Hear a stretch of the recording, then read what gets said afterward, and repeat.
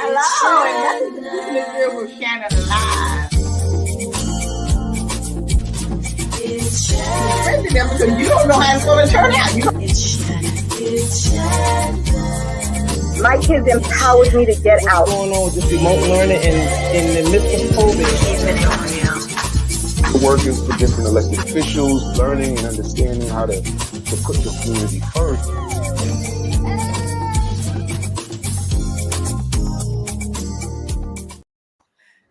Hi, and welcome to Keeping It Real with Shannon. How you ladies doing? Hi.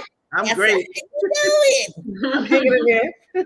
Oh, well, you know, we got a very special guest coming on joining us tonight, so we want to hurry up and get to her. But before we get to her, I just want to acknowledge these little kids that I went out to the school. I was a judge. They had to do research on a woman, and they would pretending that they was that person. So my first little one, she was Josephine Baker. She's so cute. Her name was Jade Allen. I thought she was so adorable. Josephine Baker. They had a dress just like Josephine Baker and everything. She was so awesome, that little girl. So I wanted to give shout outs to her. And my next three, they did the research on Harriet Tubman, Aspen, Durant, Nazareth, Sutherland, and Hunter Peterson. You should have heard them reading the story about Harriet Tubman. It was like unbelievable. You would think they was like third grade, fourth graders. These are kindergarten kids. They was awesome. So I want to just give a shout out to the principal there's Salima Morborough at PS 329. They did an awesome job. The whole group did, but these two just stood out to me. I just had to say something about them. And I also want to thank Elder Gloria Gant from Better Magazine. I was received the award for Beacon of Light to Women, and I want to thank her and her staff. I think Dr. Vanessa, you was on the staff too, right? So let me do my little speech, and that was Sean Bell's mother, Sean Bell, that was killed years ago, by the police, that was getting married the next day. Yes. So that was his mother there and everything. So the affair was just wonderful, it was awesome, and I thank them so much for finding me worthy of that award. So I'm going to keep shining my light wherever I can. Yes, congrats on the award. So let's get to our special guest tonight. And who is that? Absolutely. Our special guest tonight is Assemblywoman Latrice M. Walker of District 55. As a graduate of Pace University School of Law, Walker built a strong record of advocacy that eventually led her to politics. She represented people who were targeted by the NYPD's use of unconstitutional police tactics known as stop and frisk. Walker battled in court on behalf of tenants, including NYCHA residents who were on the brink of eviction, as she worked closely with advocates and elected officials to preserve affordable housing. Let's welcome my guest tonight, Assemblywoman Latrice M. Walker. Well, hello there. Hi. Thank you for having me again. Well, we got to have the baddest Assemblywoman out of Brownsville as many times as we can get her, because we know you're so busy doing great things, and we appreciate everything that you do and everything. And right now the city's in a crisis. And as I was saying, my concern right now is these people that was in the shelters. And, I'm just kind of upset because all the people that have been in the shelter for years and stuff, they can't seem to get out. And now all of a sudden we got the migrant situation, and now they're getting everything that the people in the shelter wasn't getting. And I just wanted to know, what is going to happen with this situation? Will they ever be able to get out of the shelter? Well, one of the things that, we know that New York City is in a housing crisis. And there are a lot of people who are looking for housing and they can't afford it. And a lot of times we go to homeless shelters, but, our homeless are not just in homeless shelters. Sometimes they're living 2 and 3 families in one apartment, and many of our NYCHA developments and other homes all across the city of New York. And so one of the things that we were able to do was to change the laws around 421A.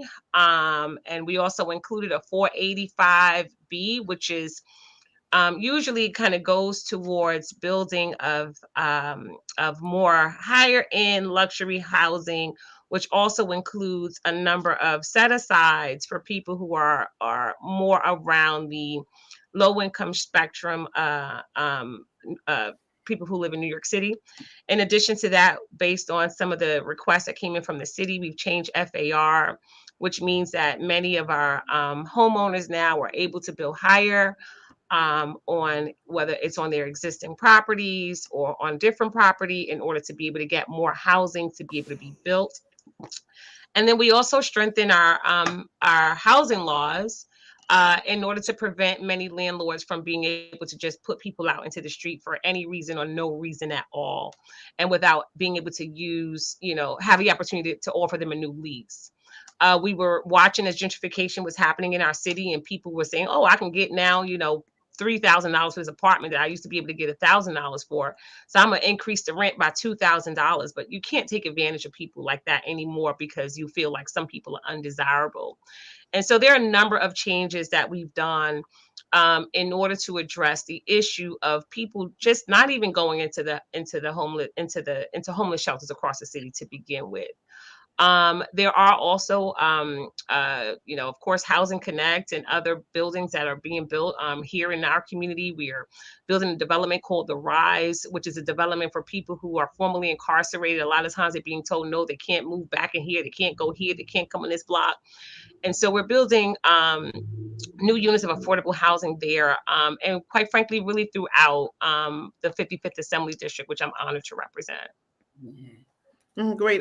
You mentioned something very interesting, because there is a rise of gentrification in different communities, but sometimes with these gentrification, they rezone connecting communities to bring up the AMI. So sometimes what may be affordable at one point, a statute with community, is no longer really affordable. And sometimes these gentrifications, they will bring 50,000 people into the community just to remove 25,000. And some people may say, well, why don't you just bring 25,000? That's the case, as comparable to numbers. But sometimes the question is a matter of, because these people that's coming is not looking like you. So when you have these kind of intricacies that's in these communities and people's not at the table from day one, you have these kind of problems. Because one particular community that's just being gentrified is East New York. And I know some of that platform have went from the whole thing from high rise doing Bloomberg, started from Bloomberg administration, from picking in Pennsylvania all the way down to the Conduit, all the way across to the Junction. And sometimes people think when they see bike racks, tree lining, paved sidewalks here and there, and that's things they bring in for the community. And I understand that may be something in the realm of what's going on, but what really rights and what type of leverage do people have? Then I just want to check on another note. You mentioned that, yes, I think it was the RFR, whatever that was, where you give people the ability to now rise above in the airspace, but then to make it more affordable for living with the high rise of taxes and those things. What about also the programs and the things for people able to rent out their basements and making their basements more accessible to have also an additional income? Well, we did change the laws in order to have a pilot program to legalize basements. Now, we know it's not just easy to legalize basements, because we saw what happened during Hurricane Sandy. And we're based on New York City's sort of drainage infrastructure. Many of the flooding that took place kind of came from below, and it really compromised and it made very unsafe conditions. Even quite frankly, recently there were some floodings where we lost lives across the city. And so we have to figure out, how do we do that? But of course, remembering to do it in a way that is also safe, so that we're keeping New Yorkers, from harm based on, their housing situation killing them. And so that is a pilot project, which is slated to begin. But here is the thing about sort of FAR and 421A and development and AMI. So what happens is, a lot of times these developers, right, their bottom line is their bottom line. And they have to be able to do projects that make sense to them. Like, I'm not going to get into sort of where I feel about, housing developers, but these are the circumstances, right? And so whenever it is that we talk about AMI, that's a federal mandate. And so I do believe that it's important for us to go to our federal representatives in order to make sure that we are separating out certain communities like Westchester County and Brooklyn, who is going to skew the numbers from communities like Brownsville and East New York. And then what happens is, in order for us to be, us meaning elected officials, to be able to get deeper affordability levels at the 30% of AMI and below, which is generally around the space that people in Brownsville and East New York can afford and to pay, is that we have to do a higher investment in subsidy in order to help sort of carry the cost of construction and maintenance of the buildings from those developers' standpoint.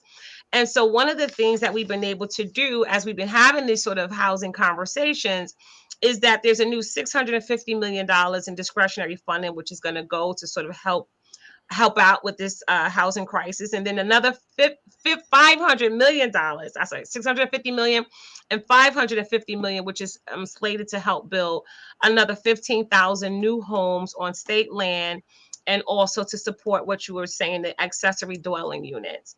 And so there is about $600 million is going to go in capital funding statewide in order to support more statewide housing initiatives.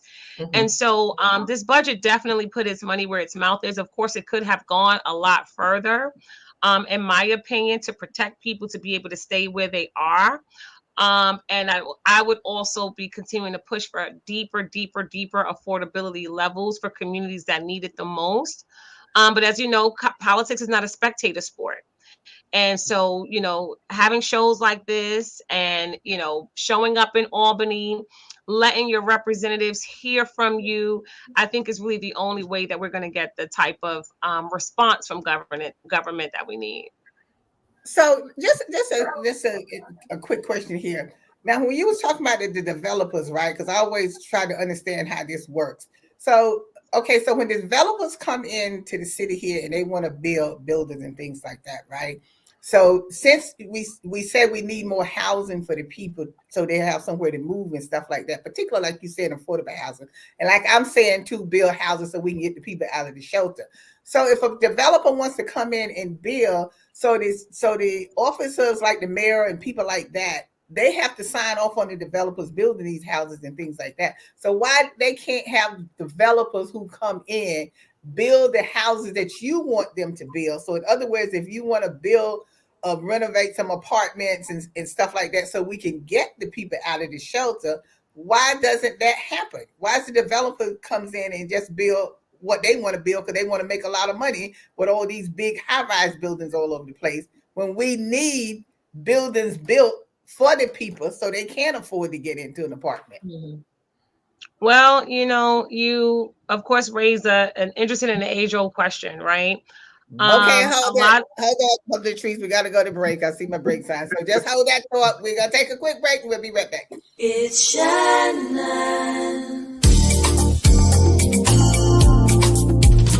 It's Shannon. I'm an ex-drug dealer, and I'll be your sub today.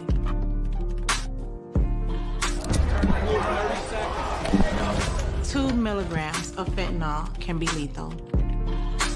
A lethal dose is in here. Who gets it, I won't know. It's cheap, it's potent, and it's profitable. The sad reality is fentanyl is being mixed into everything now. More kitchen now.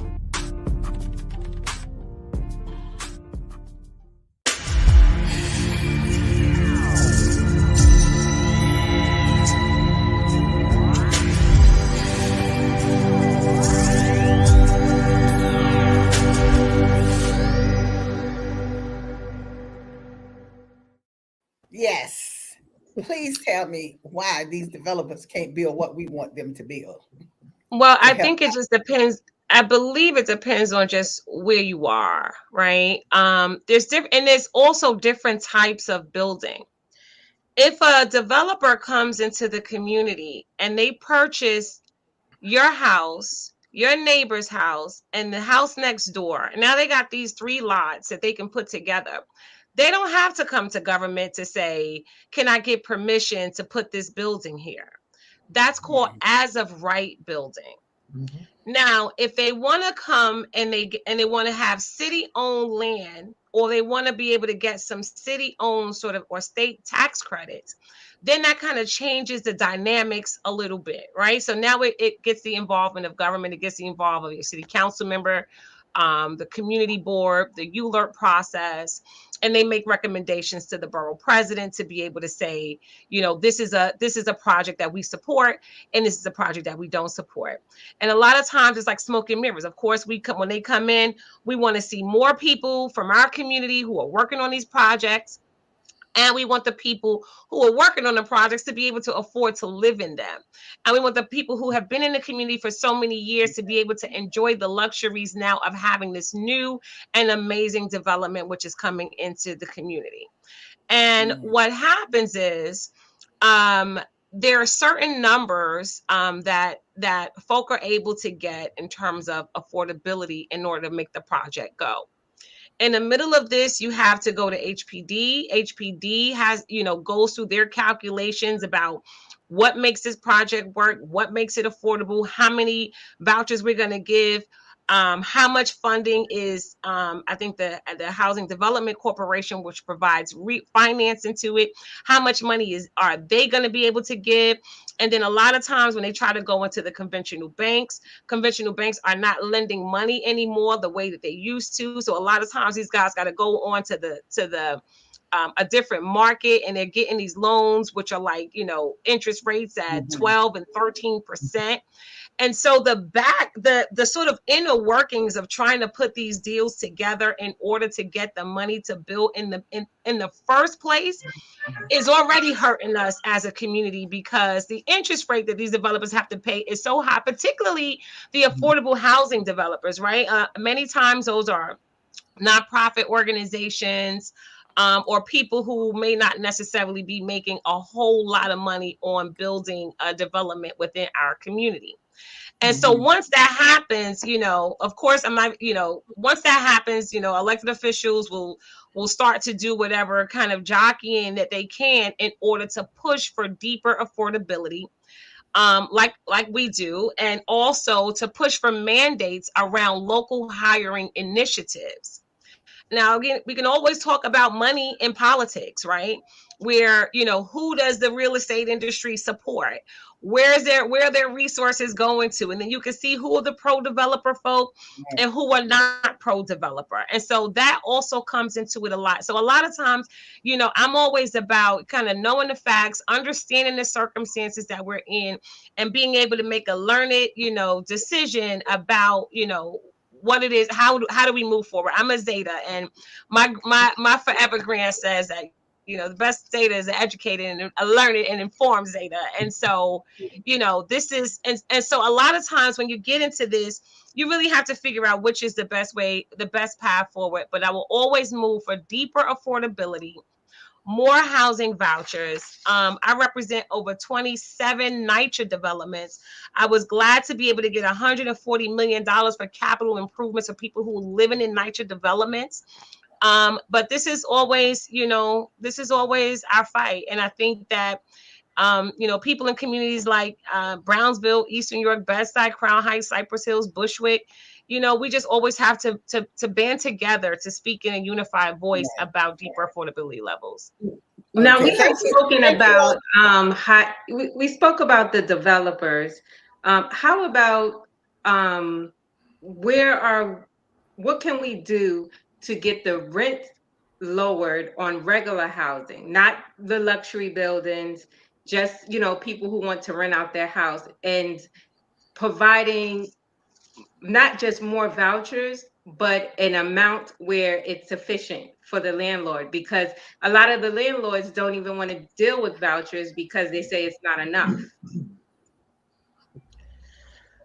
Well, that was one of the questions that we were trying to figure out now, right? And so in terms of one of the changes that we made, and when people talk a lot about good cause legislation, if a landlord now, and I'm not, saying what, I don't want to get into whether or not, you like it, you don't like it, but what we are right now is, if a landlord wants to charge a higher amount of money on rent, they cannot charge more than I believe it's 5% plus CPI, and that's what the capital consumer price index. And the highest that they can go is about 10%. So let's say, for instance, if you were already paying $1,000 a month for rent, and say 5% plus CPI will go up as high as 10%. So let's say at 10%. Now the landlord can't afford to make your increase any higher than a landlord is not allowed to increase your rent any higher than $100, as opposed to how it was sort of on an open market where people were just kind of willy-nilly doing however, and they were charging pretty much people whatever it was that they wanted to. In addition, however, there's certain changes that, you know, also made. If a landlord needs to have this unit for their family member or for themselves, then they can, you know, opt out of, you know, not offering a person a lease at that particular rate. If that person was a nuisance, if there was, you know, other circumstances regarding non-payment, there's a whole list of things that folk are no longer. So it's like you must give them a lease, but this list of things that you can always go to court for in order to evict someone if that's what you choose. Latrice, I want to interject right now because we almost out of time, but I do want to hit on this crisis of the gun violence in the city right now, about getting this under control and trying. I don't think we'll ever get the guns off the street. I don't think that'll happen. But because everything is so out of control right now, some of the laws, to me, needs to be, you know, changed a little bit. So this way it justifies what's happening with people committing these crimes now. And then a lot of them commit crimes and then they right back on the street again. But I was listening to Adrienne Adams speaking, and she was saying that, you know, they weren't going to change any laws because they've been in effect for over 50 years or whatever. And I'm saying, okay, well, that was 50 years ago, but, you know, things are different now. So the law should change to, you know, coincide with what's going on now. And the city is just, to me, out of control. I mean, well, I will say this. I mean, I know we've had this conversation on criminal justice reform many times. And whenever it is that someone commits a shooting, there is no law under the sun, whether it is New York or anywhere in the country, that says that if you shoot someone, that you can't be held for bail, or you shouldn't be in pretrial detention. And 9 times out of 10, if there is a trial that takes place, people who are arrested for shooting or murdering someone spends time in prison, right? And so there's always this conversation about what media sensationalizes from whatever the circumstances are the facts. The fact of the matter remains is that crime is going down across our city. That is irrefutable. Crime is going down in our subway systems. That is irrefutable. The numbers do not lie. Yes, does crime happen in the subway system? Yes. For every 1 million rides, there's one crime. But you would never know that based on the things that we see. But you know what? Notwithstanding, you know, shootings are still taking place. And so one of the things that we did was about $347 million to continue, you know, New York State's efforts to end gun violence, which includes things like supporting cure violence groups and cure violence organizations that are out doing violence interruption tactics across the city. We're also investing resources in mental health and mental health crises, because a lot of times what we were really seeing, right, was, and everyone knew this, people were being arrested and they're being, you know, let back out into the street. And most of those people were homeless. And a lot of times people were saying that Rikers Island was not necessarily a place where criminals were, even though a lot of criminals are there, but the recycling of folk were people who have mental health issues, as opposed to people who were committing some of these serious and major crimes. And we need to do something about mental health in our city, and we can no longer just, have Uncle Bubba be in the back room and not doing anything about it, and have folks just be like, okay, yeah, he's special. We got to really be able to provide the resources that we need for people to get the help that they deserve. And so we are increasing mental health beds across our city, so that Rikers Island doesn't become a de facto mental health, institution. And then they've also increased retail theft crimes and the statutes on that, where they put $35 million in order to address retail crimes within our city. And then also we did $7.1 million to reduce recidivism, as well as improve reentry and a reentry workforce within our city and within our state. So we want to also provide people with opportunities, because once they come out of prison, they were in there for stealing, chicken wings, excuse me. When they come out, if you don't have an opportunity to, give this person a job, a stable place to live, what they're going to do is they're going to go right back into, trying to figure out how do they get their next meal. And so these are the investments that we've made. I support them, and I'd love to be able to come back and talk to you more about some of the other initiatives that we have. Absolutely. Okay. Well, we hope you will come back so we can talk some more about what's going on in the city now. We thank you so much for taking the time to come on tonight. And we thank y'all for joining us tonight. And I hope you got something out of this conversation, but it takes all of us. I guess we all going to have to just get out there and do something to help get things under control in the city. Because, even though I know you saying crime is down, this is down and everything, but you just hear so much that's going on until it just not seem like that it's coming down, like you said, it's coming down. Because we are in a political war. And politics like to infiltrate crime. And remember, crime is symbolism for our beautiful brown skin. Right. And we just got to call things for what they are. Yeah. How much of this is a political conversation driving up crime, getting us all scared? Yes, we need people who are stronger. We need to lock these people up, and we need to throw away the key. When what we need to do is, instead of telling everybody no, to give them something to say yes to. I have a advisory board meeting every third Saturday in my district office located at 400 Rockaway Avenue, and we're also virtual. And so I'd love to be able to continue this conversation as well in that. Okay. Thank you. Thank you, everyone. Thank you. Thank you for joining us. And as always, we'll see you next time. Today's show is sponsored by Abu's Bakery. If you have a sweet tooth, stop by Abu's Bakery for some delicious cakes and pies. Would you like beautiful pictures for your home or your office? Then stop by Faith Art Gallery. They have a large selection of pictures from around the world. It's Shana.